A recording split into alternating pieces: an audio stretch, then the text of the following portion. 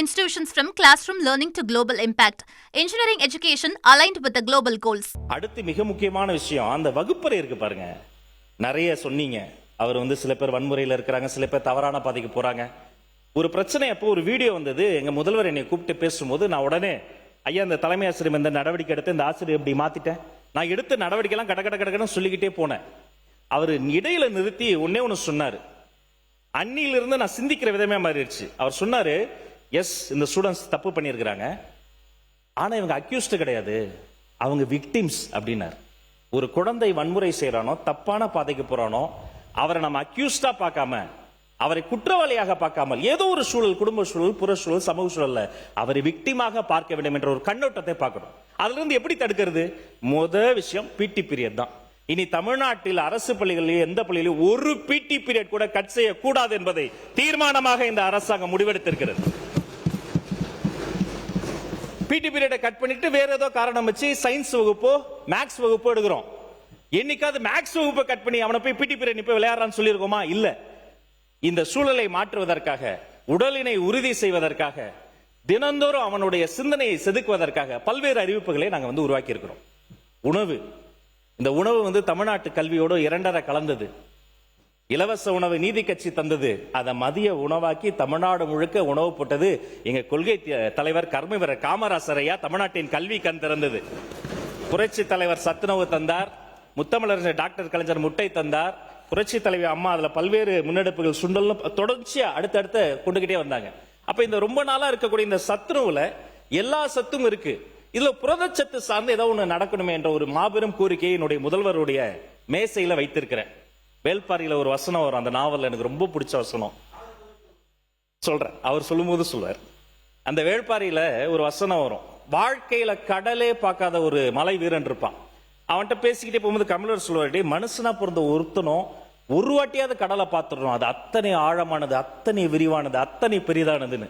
உடனே அந்த சின்ன பையன் சொல்லுவான், என்ன பெரிய கடல், எங்கள் பாரியின் கருணையை விடவா? அதே போல நான் சொல்றேன், எங்கள் முதல்வர் கருணையுள்ளத்தோடு அந்த கோரிக்கையும் பரிசளிப்பார் என்பதை இந்த நேரத்தில் சொல்லிக்கிறேன்.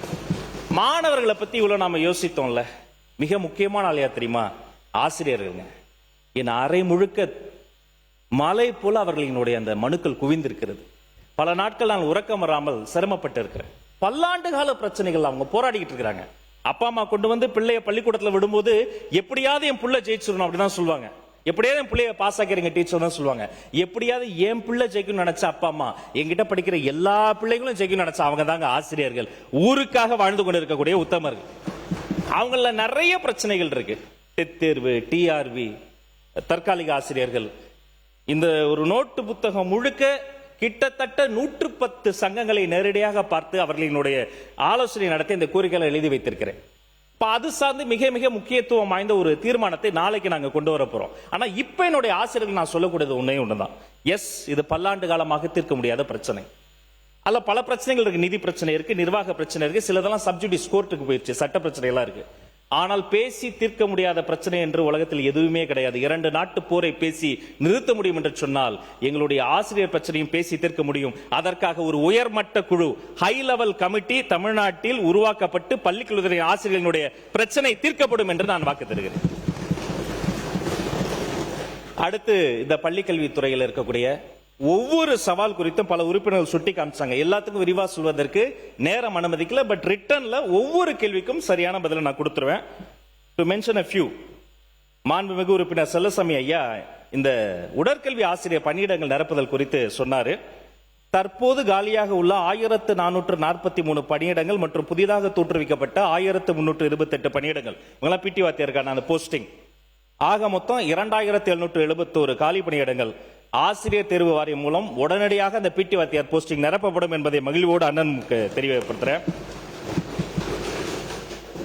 தோழர் ராமச்சந்திரன் அவர்கள் குறிப்பிட்டார், இந்த பிரைவேட் ஸ்கூல்ஸ்ல நிறைய ஃபீஸ் வாங்குறாங்க.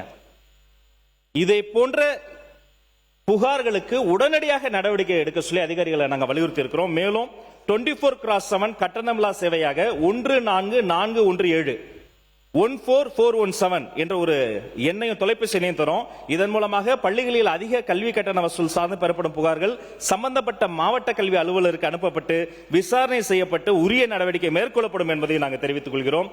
அப்புறம் இந்த கருணை அடிப்படையிலான பணி நியமனம், பள்ளிக்கல்வித்துறை இதுல பணிபுரிந்து இறந்த அரசு ஊழியர்களின் வாரிசுதாரர்களுக்கு பள்ளிக்கல்வித்துறையில் காலியாக உள்ள தொகுதி CD பிரிவு இளநிலை உதவியாளர், தட்டச்சர், ஆய்வக உதவியாளர், பதிவுறு எழுத்தர், அலுவலக உதவியாளர் மற்றும் விரைவுகள் இப்படி பல பணியிடங்கள்ல பணி நியமனம் அடைகிட மனிதவள மேலாண்மை துறையினுடைய கருணை அடிப்படையில் அந்த பணி வாய்ப்பு வழங்குவதற்காக 358 நபர்களுக்கு கல்வி தகுதி இதர தகுதியில் அவர்களுக்கான சரிபார்ப்பு பணி நடைபெறுகிறது. விரைவில் அந்த 358 பேருக்கும் அந்த பணிகள் வழங்கப்படும் என்பதையும் மகிழ்வோடு இந்த மன்றத்தில் தெரிவித்துக் கொள்கிறேன்.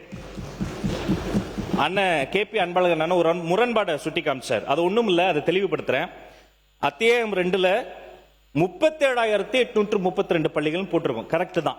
ஏன்னா அதுல ஆதி திராவிட நல பள்ளிகள், கள்ளர் சீரமைப்பு பள்ளிகள், இந்து சமய அறநிலையத்துறை, மாற்றுத்திறனாளிகள் பள்ளிகள், வனத்துறை பள்ளிகள், மாநகராட்சி பள்ளிகள் இதையெல்லாம் சேர்க்கிற பொழுது அந்த எண் வரும். இப்ப மாறாக கொள்கை விளக்க குறிப்பின் முன்னுரையில் தெரிவிக்கப்பட்டிருக்கிற அந்த 37,539 பள்ளிகள் என்பது பள்ளி கல்வித்துறையினுடைய நேரடி கட்டுப்பாட்டில் மட்டுமே இயங்கக்கூடிய அரசு தொடக்க பள்ளிகள். அதுதான் அந்த டிஃபரன்ஸ். மற்றபடி இரண்டுமே கரெக்ட் தான். சில சமயம் நான் குறிப்பிட்டதுல ஒரு ரேஷியோ இருக்கு, ஸ்பெக்ட்ரம் இருக்கு, ஸ்டூடெண்ட் டீச்சர் ரேஷியோ. 1 முதல் 5ஆம் வகுப்புகளுக்கு ஆசிரியர் மாணவர் நிர்ணயம் 1:30, 6 முதல் 8ஆம் வகுப்புகளுக்கு 1:35, 9 முதல் 10ஆம் வகுப்புகளுக்கு 1:40, 11, 12 அந்த ஸ்டாண்டர்ட்ஸ்க்கு 1:40. இப்படி ஒவ்வொரு பள்ளிக்கும் ஒவ்வொரு அந்த ஒரு வகுப்புகளுக்கு ஏற்ற மாதிரி அது மாறுகிறது. மேலும் கிட்டத்தட்ட சற்றொப்ப 1,24,00,000 மாணவர்கள் நம்மளுடைய துறையில படிக்கிறாங்க. அதுல 43 லட்சத்தி சொச்சம் பேர் அரசு பள்ளிகளிலும் சற்றப்ப 19 லட்சம் பேர் அரசு உதவி பெறும் பள்ளிகளிலும் தான் படிக்கிறாங்க. நம்ம எப்பவுமே government and government aided school சேர்த்து தான் பார்க்கணும். அப்ப கவர்மெண்ட் ஸ்கூலையும் கவர்மெண்ட் எய்டட் ஸ்கூல் சேர்த்து பார்க்கிற பொழுது தனியார் பள்ளிகளில் படிக்கிற கிட்டத்தட்ட 62 லட்சம் மாணவர்கள் இணையாக அரசு மற்றும் அரசு உதவி பெறும் பள்ளிகளும் மாணவர்கள் படித்துக் கொண்டுதான் இருக்கிறார்கள். இது கல்வி என்பது அவர்களுக்கு கிடைத்திருக்கக்கூடிய மிகப்பெரிய ஆயுதம். ஒருபோதும் அரசு பள்ளிகள் அந்த மாணவர்களை கைவிடாது. இந்த மாணவர்கள் அரசு பள்ளிகளை கைவிடவே மாட்டார்கள் என்பதை இந்த நேரத்தை நான் தெரிவித்துக் கொள்கிறேன். நிதி ஒதுக்கீடு போன வருஷத்தை பொறுத்த வரைக்கும் ஒதுக்கீடு செய்தது 46,761 கோடி. அதுல செலவினமானது 42,351 கோடி. தற்போது போன வாட்டி செலவினமானதை விட அதிகமாக 44,527 கோடி தான் ஒதுக்கப்பட்டிருக்கு என்பதையும் நான் தெளிவுபடுத்துகிறேன். எங்களுடைய சட்டமன்ற உறுப்பினர் சிந்து நிறைய கேள்விகள் கேட்டாங்க. அதுல சுருக்கமா முக்கியமான ஒரு விஷயம், தினசரி தூய்மை பணி, குடிநீர் வசதி, கழிப்பறை பராமரிப்பு, பள்ளி வளாகங்களுக்கு 24 மணி நேர பாதுகாப்பு ஆகியவற்றை உறுதி செய்யும் விதமாக ஒருங்கிணைந்த திட்டம். அதன் மூலமாக 139 கோடி சலுகை இந்த அரசு நடைமுறைப்படுத்த இருக்கு. அதை ஸ்பிளிட் பண்ணும்போது மதிப்பிற்குரிய அண்ணன் ஒரு ஈக்குவேஷன் சொன்னார். அது முதல் 8 மாதங்களுக்கு தான் அந்த தொகை. அதுலயும் இதே மாதிரி மாணவர்கள் 101 இருந்து 250 இருந்தா அது மாறும். அது 250 இருந்து 500 வரைக்கும் மாணவர் எண்ணிக்கை ஏற்ப அது மாறிக்கொண்டே இருக்கும் என்பதையும் நான் குறிப்பிட்டு சொல்லுகிறேன். மேலும் ஒருங்கிணைந்த பள்ளிகளின் கீழ் மாவட்டங்களில் பணிபுரியும் பகுதி நேர பயிற்சிகளை பணிநிறுத்தம் சார்ந்து நிறைய பேர் சொல்லியிருக்கிறாங்க. அதற்கு தனி நம்ம கமிட்டியும் போட்டிருக்கிறோம். அதை குறித்து இதுவும் நம்ம பேசியிருக்கிறோம். பகுதி நேர பயிற்றுநர்களுக்கும் ஓய்வு பெறும் வயது 50 இருந்து 60 உயர்த்தப்பட்டிருக்கு. மே மாதத்திற்கு 10,000 ரூபாய் சிறப்பு ஊதியமாக வழங்கப்பட்டு வருது.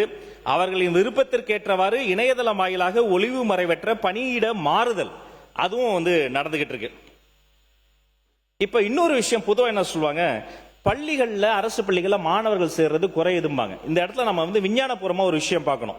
நம்முடைய பர்த் ரேட் தொடர்ச்சியாக மாநிலத்தில் குறைஞ்சிக்கிட்டே வருது. 2011 ஒரு வயதுக்குட்பட்ட அந்த குழந்தைகளினுடைய எண்ணிக்கை பாத்தீங்கன்னா கிட்டத்தட்ட 10.74 லட்சமா இருந்தது. தற்போது 2026 அது 8.78 லட்சமாக குறையும்னு சொல்றாங்க. அப்ப இந்த பர்த் ரேட் குறைய குறைய இந்த தொடக்க கல்வியில அந்த மாணவர்கள் எண்ணிக்கை குறைவதை போல ஒரு தோற்றம் வரும். ஒண்ணு. ரெண்டாவது தெரியுமா, தனியார் பள்ளிக்கும் அரசு பள்ளிகளுக்கும் நிறைய வித்தியாசம் இருக்கு. தனியார் பள்ளிகள் என்ன பண்ணுவாங்க, மெயின் ரோட்ல இருக்கிற மாதிரி பார்ப்பாங்க. ஒரு 50 பசங்க கம்மியா சென்டா கூட உடனே வேற இடம் போயிடலாமா பார்ப்பாங்க. ரொம்ப பிரைம் ப்ராப்பர்ட்டியில இருக்கணும் பார்ப்பாங்க. ஆனா ஒரு குக்கிராமத்துல மூளை முடுக்கல 15 பசங்க வந்தா கூட அந்த பள்ளிக்கூடத்தை மூடக்கூடாது, அவர்களுக்காக தொடர்ந்து திறந்து பள்ளிக்கூடம் நடத்தக்கூடிய நிலையில் தான் பள்ளிக்கல்வித்துறை சிந்தித்துக் கொண்டிருக்கிறது என்பதை நான் கூறிக்கொள்கிறேன். அதனால என்ரோல்மெண்ட் ரேஷியோவும் பர்த் ரேட்டும் நேரடியா நம்ம பார்க்கணும். சில பள்ளிகள் மூடுவதாக செய்திகள் வரும். ஒரு பள்ளியை கூட தமிழக அரசை பொறுத்த வரைக்கும் மூடவே மூடாது. 10 பசங்க சேர்ந்தாலும் திரும்ப திறப்பா அவங்களுக்கு பாடம் நடத்தப்படும் என்பதையும் குறிக்கிறேன். Saram institutions from classroom learning to global impact. Engineering education aligned with the global goals.